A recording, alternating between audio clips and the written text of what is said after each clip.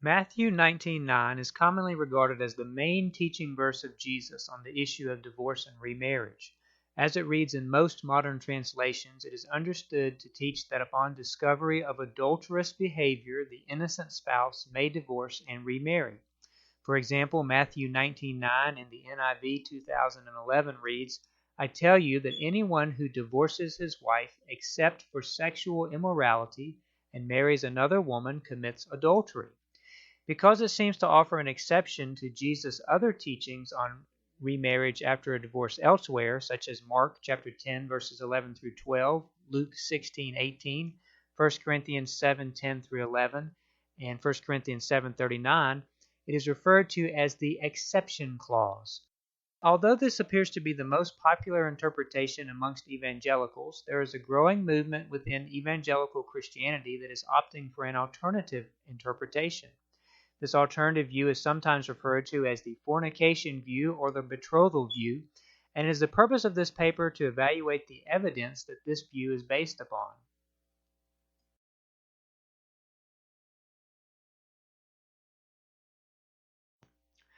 At the root of the fornication view is the quest for the best way to translate one word in Matthew 19:9, the underlying Greek word that is translated as sexual immorality in the NIV 2011. That word is porneia, and proponents of the fornication view maintain that it is more correct to translate it as referring to prenuptial sexual sin, fornication, in this passage. Thus, whereas the other view understands this passage to reflect something which happens after the wedding, adultery, the fornication view believes it to be referring to something which happens before the marriage ceremony that invalidates the wedding. The age-old scenario of a man who marries a woman believing her to be a virgin only to find out after the wedding that she was a fornicator. This method of translating the passage is found in numerous translations, such as the 1901 American Standard Version, which reads, "And I say unto you, whosoever shall put away his wife, except for fornication, and shall marry another, committeth adultery." Because both views are presented in major Bible translations, the only way for a student of the Scriptures to conclude which one is correct is to examine the evidence. So let us take a look at the evidence in favor of the fornication view. Evidence number 1. Pre-New Testament Greek writers such as Aeschines, Demosthenes, Herodotus, the Septuagint, the Apocrypha, and Strabo used the porneia family of words to describe the pre-marital sexual behavior of single individuals. Evidence number 2. The New Testament writers Matthew, Mark, Paul, and the author of Hebrews all used the porneia family of words alongside of the moikeo family of words, which is the undisputed Greek word family for adultery, in list of sins, implying that it meant something other than adultery. For example, we see in Matthew chapter 15, verse 19, Jesus says, "For out of the heart proceed evil thoughts, murders, adulteries, fornications," porneia, thefts, false witness, blasphemies. In Mark 7:21, we read, "For from within, out of the heart of men, proceed evil thoughts, adulteries, fornications," porneia, murders. In Galatians 5:19, Paul says, "Now the works of the flesh are manifest, which are these: adultery, fornication," porneia, uncleanness, lasciviousness. In 1 Corinthians 6:9, Paul says, "Do you not know that the unrighteous will not inherit the kingdom of God? Do not be deceived, neither fornicators, nor idolaters, nor adulterers, nor effeminate, nor abusers of themselves with mankind." And finally, in Hebrews 13:4, we read, "Marriage is honorable among all, and the bed undefiled. But fornicators and adulterers God will judge." Thus what we see is that New Testament writers made a distinction between the act of fornication and the act of adultery. Evidence number 3. There are over 60 post-New Testament examples from Greek literature in which the porneia family of words is distinguished from the Greek word family for adultery, as if it was understood to be a completely different kind of sin. For examples, consider the following.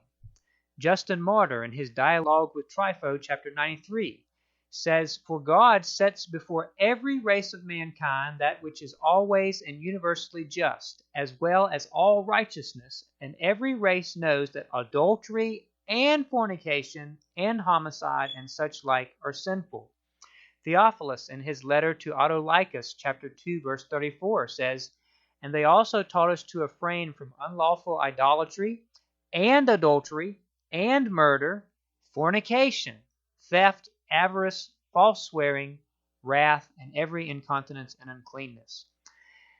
Gregory of Nyssa, in his canonical epistle to Laetoius, Bishop of Mytilene, in canons 4a and d, says, "Of those who fall into sin through desire and pleasure, this is the division. The one is called adultery, and the other fornication. Fornication, therefore, is shown to be not far from the offense of adultery, by those who look more accurately into its character. For the divine Scripture says, 'Do not be intimate with a stranger.' But since there has been some indulgence by the fathers towards the weaker, the offense is therefore judged according to the generic division, with the result that any satisfaction of desire which occurs without injury to someone else is reckoned as fornication, porneia, whereas adultery, moikeia, is a plot and an injury against another." Evidence number 4. Translating Matthew 19:9 to refer to post-marital adultery as an exception to Jesus' stricter divorce and remarriage teachings causes it to contradict Luke 16:18, which describes a situation where a husband is said to have committed adultery and his abandoned wife is told that she cannot remarry. Luke 16:18 reads, "Whoever puts away his wife and marries another commits adultery, and whoever marries her that is put away from her husband commits adultery." Note that the innocent wife in the above verse is told that she cannot remarry, even though her husband has divorced her and committed adultery with someone else. If Matthew 19:9 teaches that adultery allows a person to divorce and remarry, why is this woman whose husband committed adultery forbidden from remarrying? Evidence number 5. 10 out of the 11 major English translations before World War II translated this passage to reflect the fornication view. The Wycliffe Bible, which came out around 1380, reads, "But for fornication." The Tyndale New Testament, which came out in 1525, reads, "Except it be for fornication." The Coverdale Bible, which came out in 1535, reads, "Except it be for fornication." Matthew's Bible, which came out in 1537, reads, "Except it be for fornication." The Great Bible, which came out in 1539, reads, "Except it be for fornication." The Bishop's Bible, which came out in 1568, reads, "Except it be for fornication." The Douay-Rheims version of 1610 reads, "Except it be for fornication." The King James version of 1611 reads, "Except it be for fornication." The Revised Version of 1885 reads, "Except for fornication." And the American Standard Version of 1901 reads, "Except for fornication." The only exception is the Geneva Bible, which was created to promote the theology of John Calvin, who himself believed that the passage was referring to adultery. When we look at dictionaries and literature from the time period of these translations, these demonstrate that the term fornication at the time these translations came out was commonly understood to refer to premarital sexual relations, not adultery. For example, John Wycliffe, who translated the Wycliffe Bible and rendered the passage as "but for fornication," also did a translation of another book called the Lay Folks Catechism in the 14th century, and in that he made the following distinction between fornication and adultery. He said the seventh and last deadly sin is lechery. It is a foul desiring or lust of the flesh, and of this sin comes many different kinds of sins. One is fornication of fleshly sin between a single man and a single woman. Another is adultery. That is a breaking of the marriage vow. In the 16th century, the time when the Tyndale New Testament, Coverdale Bible, Matthew Bible, the Great Bible, and the Bishop's Bible all translated this verse as "except for fornication." Edmund Coote's dictionary, the English Schoolmaster of 1596, defined fornication as follows: uncleanness between single persons. In the 17th century, when the Douay-Rheims version and the King James version translated the passage as except for fornication, Robert Caldry's dictionary, A Table Alphabetical of 1604, defined fornication as uncleanness between single persons. In 1656, Thomas Blount's Glossographia Anglicana Dictionary defined fornication as whoredom, lechery, spoken of single persons. If either be married, then 'tis adultery. In the 18th century, R. Brown's The English Expositor Improved Dictionary defined fornication as whoredom committed between single persons, whereas if either or both parties so offending be married, it is called adultery, and is punishable with death by the common law.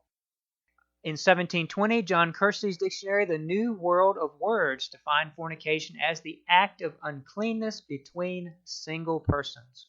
In the 19th century, when the Revised Version came out and translated this passage as except for fornication, William Webster and William Wheeler's A High School Dictionary of the English Language defined fornication as incontinence of unmarried persons.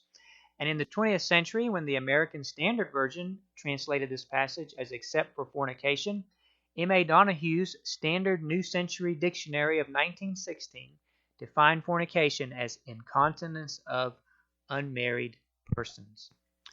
Thus, what we see is that when translators of 10 out of the 11 major English translations of the Bible were deciding how best to translate this passage, they overwhelmingly chose to translate it using a word that the average and common person would understand to refer to sexual sin by a single unmarried person. Evidence number 6. All in all, there are at least 60 translations of the New Testament which chose to employ the term fornication in this passage, most of them produced before the 1960s. Evidence 7. The choice of major English translations to reject the premarital view of translating Matthew 19:9 began in the 1960s when the United States was experiencing a surge in divorces that were occurring for post-marital reasons. Evidence number 8. Numerous Greek dictionaries from before the time that major English translations started translating this passage to reflect post-marital adultery list fornication as an acceptable translation of the Greek word porneia, but do not include adultery. Evidence number 9. Translating porneia in Matthew 19:9 to reflect premarital unchastity discovered after the wedding that invalidates the marriage causes it to match Deuteronomy chapter 22, verses 13 through 21 in the Septuagint, the ancient Greek translation of the Old Testament, which uses the porneia family of words to describe the same kind of situation. In Deuteronomy 22, 13 through 21 in the Septuagint, it reads, "And if anyone should take a wife and dwell with her and hate her and attach to her reproachful words and bring against her an evil name, and say, I took this woman, and when I came to her, I found not her tokens of virginity. Then the father and the mother of the damsel shall take and bring out the damsel's tokens of virginity to the elders of the city to the gate. But if this report be true, and the tokens of virginity be not found for the damsel, then they shall bring out the damsel to the doors of her father's house, and shall stone her with stones, and she shall die, because she has wrought folly among the children of Israel, to defile the house of her father by whoring." And there where it's translated whoring, the underlying Greek word is the Greek family porneia. "So shalt thou remove the evil one from among you."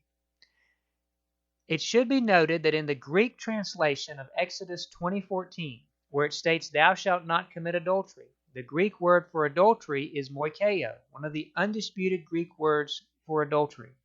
If Jesus was trying to tell his listeners that adultery justified individuals in divorcing and remarrying, we are left to wonder, why did he use the Greek word from a passage referring to premarital sex instead of the Greek word from the passage, "Thou shalt not commit adultery"? Evidence 10.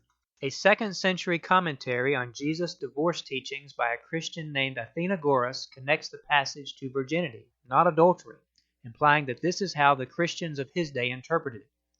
Athenagoras writes, "For we bestow our attention not on the study of words, but on the exhibition and teachings of actions, that a person should either remain as he was born, or be content with one marriage. For a second marriage is only a specious adultery. For whoever puts away his wife, says he, and marries another, commits adultery, not permitting a man to send her away whose virginity he has brought to an end, nor to marry again." Evidence number 11.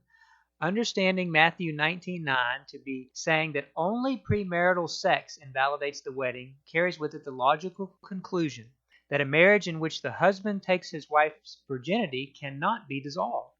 This interpretation causes Jesus' teaching on divorce to match with that of the law of Moses, which also taught that a man who took a woman's virginity could never divorce her. For example, in Deuteronomy chapter 22, verses 28 through 29, we read that if a man finds a young woman who is a virgin, who is not betrothed, and he seizes her and lies with her, and they are found out, then the man who lay with her shall give to the young woman's father 50 shekels of silver, and she shall be his wife, because he has humbled her. He shall not be permitted to divorce her all his days. And in Deuteronomy 22, verses 13 through 19, again, we read, "If any man takes a wife and goes into her and detests her and charges her with shameful conduct and brings a bad name on her and says, 'I took this woman, and when I came to her I found she was not a virgin,' then the father and mother of the young woman shall take and bring out the evidence of the young woman's virginity to the elders of the city at the gate. And the young woman's father shall say to the elders, 'I gave my daughter to this man as wife, and he detests her. Now he has charged her with shameful conduct, saying, I found your daughter was not a virgin. Yet these are the evidences of my daughter's virginity.' And they shall spread the cloth before the elders of the city. Then the elders of that city shall take that man and punish him, and they shall fine him 100 shekels of silver, and give them to the father of the young woman, because he has brought a bad name on a virgin of Israel. And she shall be his wife. He cannot divorce her all his days." These two passages indicate that only death dissolves a marriage in which the husband takes his wife's virginity. In the first instance, the man clearly takes the woman's virginity and is told that he must marry her with no option of ever divorcing her as long as she lives. In the second instance, a man attempts to portray his wife as having entered into the marriage with a concealed premarital sex experience. When it is discovered that this was not true and that it was her husband who had taken her virginity, he is told that he can never divorce her. Realizing that Jesus was referring to this Old Testament understanding of virginity in relation to the marriage bond explains why the above-mentioned Athenagoras summed up Jesus' teaching on divorce as, quote, "not permitting a man to send her away whose virginity he has brought to an end quote. Evidence number 12. Understanding Matthew 19:9 to be referring to premarital unchastity explains why the passage only gives permission for a man to put away his wife for fornication and not a woman the right to do the same. Only a woman could be determined to be guilty of premarital sex depending upon whether her hymen ruptured on the wedding night or not. If one rereads the passage, they will notice that it is only giving permission for the man to put away his wife for fornication. Nothing is said in the verse about a woman putting away her husband. Evidence number 13. The fact that there have been Christians in every century since the 2nd century who rejected the idea that post-marital adultery was an exception to Jesus' strict divorce teachings would imply that this was not how the earliest Christians understood Matthew 19:9. Finally, evidence number 14. Translating Matthew 19:9 in such a way that it reflects a premarital experience which invalidates the marriage rather than a post-marital experience makes it to come into agreement with Jesus' other divorce teachings, which all indicate that there is nothing which happens after a marriage that can end it.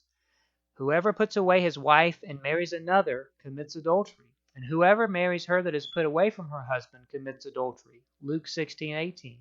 And he said unto them, Whoever shall put away his wife and marry another commits adultery against her.